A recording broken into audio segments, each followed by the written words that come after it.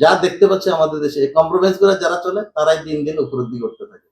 সত্য কথার আসলে কোনো দাম নেই। যেহেতু আমি আমার মা হিসাবে ওনাকে ট্রিট করি, আমি ব্রিফিং করলে হাসিনা কাঁদতে কাঁদতে ওকে প্লেনে উঠে দিয়ে আসবে ম্যাডামকে। এখন বললে আর লাভ কি? উনি তো আমাদের কাছে চলে গেছেন।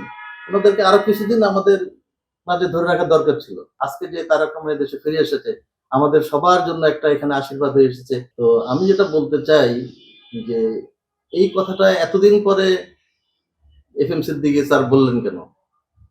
আপনি ২১ সালে পিনাকি ভট্টাচার্য, ডক্টর পিনাকি ভট্টাচার্য যাকে আপনারা ইউটিউবে চিনেন, আমার সাথে তার ব্যক্তিগত সম্পর্ক আছে। উনি তো একটা গ্রাফ এঁকে বলেছিলেন যে কিভাবে ওষুধের মাধ্যমে এই ধীরে, ধীরে লিভার সিরোসিস এর পর্যায়ে নিয়ে যাওয়া যায়। তখন তো স্লো পয়জনে অনেকগুলি কথা উঠেছিল। এই কথাটা যদি এফএম সিদ্দিকী সাহেব তখন বলতেন, তাহলে তো আমরা আন্তর্জাতিক মিডিয়াতে এই কথা প্রচার করে এটাকে একটা বেনিফিট নিতে পারতাম। এই যে আমার মা আজকে যে চিকিৎসা না পেয়ে এই ধীরে, ধীরে মৃত্যুর কোলে যে চলে গেলেন, এটার জন্য তো কিছুই করতে পারলাম না আমরা। আমরা তো তার কাছে মানে একদম আসামি হয়ে গেলাম যে আমরা ওনার জন্য কোন রকম ভূমিকা রাখতে পারিনি। এই দায় থেকে আমরা কিভাবে মুক্তি নেব বলেন? এটাতে আমি ব্যথিত হয়েছি যে আজকে তো পরিবেশটা খুব আ একদম যা কিছু তা বলতে পারেন। আপনার সেই পরিবেশটা এখন আছে। এখন বললে আর লাভ কি? উনি তো আমাদের কাছে চলে গেছেন। উনাদেরকে আরো কিছুদিন আমাদের মাঝে ধরে রাখা দরকার ছিল। সেজন্য আমি উনার এই কথাটাতে আমি এখন এটা কোন একটা কিছু ফিল করি না যে উনি একটা খুব ভালো কথা বলেছেন। আমি বরঞ্চ বলতে চাই যে উনি উনাকে আসামির কাঠ করে দাঁড়ানো উচিত। উনি কেন ম্যাডামের মতো একটা মানুষের এই যে কাহিনীটা উনি জানতেন, এটা উনি বলতে পারতেন এই কথাটা। তখন এটা ভালো হইতো। পাশাপাশি আমি আপনাকে আরেকটা কথা বলতে চাই যে ধরেন তারেক রহমান আমাদের পিজি হাসপাতালে যখন ভর্তি হলেন, উনার যে অবস্থাটা ছিল, সেই সময় যদি জীবন বাজি রেখে আমি আমার এই পরিবারকে বিপদের মুখে ফেলে যদি উনার পক্ষে না দাঁড়াতাম সেদিন, সেদিন যদি আমি আন্তর্জাতিক মিডিয়াতে বলতে না পারতাম, he is already partially paralysed. এই যে এই সংগ্রামটা যদি আমি না করতাম, আজকে যে তারেক রহমান দেশে ফিরে এসেছে, আমাদের সবার জন্য একটা এখানে আশীর্বাদ হয়ে এসেছে।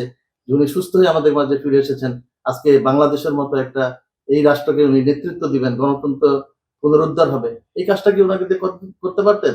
এই যে ৫৩টা মামলার আসামি আজকে আমি। এই যে জর্জরিত আমার পরিবারের একদম বিপর্যস্ত। এত কিছুর পরে যে এই কাজটা করতে পেরেছি, সেজন্য আমি আল্লাহর কাছে শুকরিয়া আদায় করি যে আমি উনার পক্ষে দাঁড়াতে পেরেছিলাম। এফএম সিদ্দিকী স্যার তো সেদিন ম্যাডামের পক্ষে দাঁড়াতে পারতেন। আজকে এই কথা বললে তো কোনো অর্থ নাই। আমি এটাই আপনাদের বলতে চাচ্ছি। পাশাপাশি আমি বলি সবাই পিঠ বাঁচায় চলে। কেউ কিন্তু মানে রিস্ক নিয়ে কোনো কাজ করতে চায় না। আপনি কারো জন্য যদি কিছু করেন, করতে চান, তাইলে আমার মনে হয় পুরাপুরি করা উচিত। যেমন আমি আরেকটা কথা আপনার এখানে উদাহরণস্বরূপ বলতে চাই।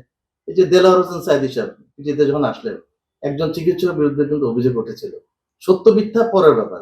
কিন্তু দেখেন উনার সাথেও সবাই কম্প্রোমাইজ করেছে। আমি একদিন পিজিতে গেলাম, পিজিতে যেয়ে দেখছি যে একজন ছাত্র উপদেষ্টা তার বাবা ওই ডাক্তারকে নিয়ে এসে প্রবেশের রুমে চলে আসলো। সে প্রবেশের রুমে এসে ভিসি কে ডাক দিল, বর্তমান যিনি ভিসি এখন আছেন দায়িত্বপ্রাপ্ত। উনি চলে আসলেন, সেই কি তোষামোদী। তো সবাই এইভাবেই কম্প্রোমাইজ করে চলে এবং যা দেখতে পাচ্ছি আমাদের দেশে কম্প্রোমাইজ করে যারা চলে তারাই দিন, দিন উপলব্ধি করতে থাকে। সত্য কথার আসলে কোনো দাম নেই। আমি আসলে ব্যথিত হয়েছি আজকে যে স্যার যদি এই কথাটা তখন বলতেন, তাহলে আমরা পৃথিবীর সবাইকে এখানে একত্রীভূত করে ম্যাডামের জন্য কিছু করতে পারতাম। পাশাপাশি আমি আরেকটা কথা বলি।